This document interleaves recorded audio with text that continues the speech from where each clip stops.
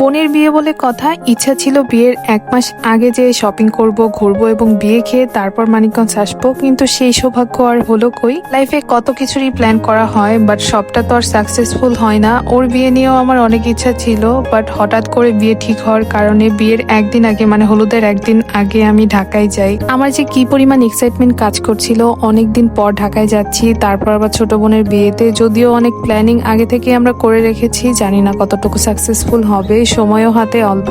তারপরও লামিয়াকে নিয়ে ওর দুলা ভাইয়ের সাথে আমরা আজকে ঢাকায় যাচ্ছিলাম। ছোটবেলা থেকে যদি লং ড্রাইভ করা হতো বা ঢাকায় যাওয়া হতো, আমি তো রাস্তায় গাড়িতেই ঘুমিয়ে যেতাম। বাট এখন আসলে অনেক বছর যাবত ঢাকায় যাওয়া হয় না, আর এই কারণে ঢাকায় যাওয়ার রাস্তাগুলো আমি অনেক বেশি উপভোগ করছিলাম। অনেকক্ষণ জার্নি করে টায়ার্ড হয়ে যাওয়ার পর একটু রেস্ট নিয়ে তারপর বেরিয়ে পড়ি আমরা শপিং করার উদ্দেশ্যে। আমরা 4 জন যাতে মজা করতে পারি এই জন্য এক রিক্সায় বসেছিলাম। আগেকার দিনে বিয়েতে কনের কমন থিম ছিল রেড কালারের শাড়ি, তবে এখনকার মেয়েরা কিন্তু অনেক আপডেট ভার্সন, যে কারণে তারা কিন্তু রেড না রেখে বিভিন্ন কালারের নেয়, যার যেটা চয়েস হয়। যাই হোক, আমরা শাড়ি কেনার জন্য নিবিড়ে গিয়েছিলাম, আর সেখান থেকে ওর পছন্দ মতো শাড়িটাই নিয়েছিল। এইদিকে হবু জামাই তো তার বউটাকে দেখছিল তাকে এই শাড়িতে কেমন লাগে। তারপর শপিং শেষে আমরা সবাই মিলে পার্লারে আসি হবু বউকে একটু ঘষা মাজা করানোর জন্য।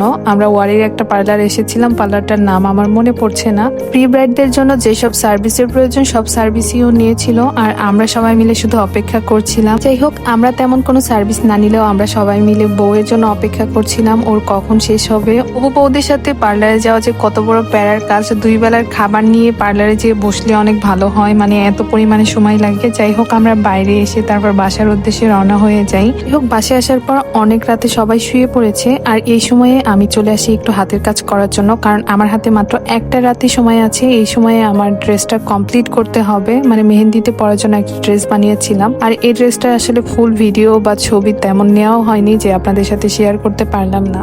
তারপর কাজ শেষে রাতে শুয়ে শুয়ে আমরা সবাই মিলে গল্প করছিলাম, আর আমরা বিয়ের দিন হলুদের দিন কিভাবে সবাই রিলস বানাবো সেটা নিয়ে গবেষণা করছিলাম।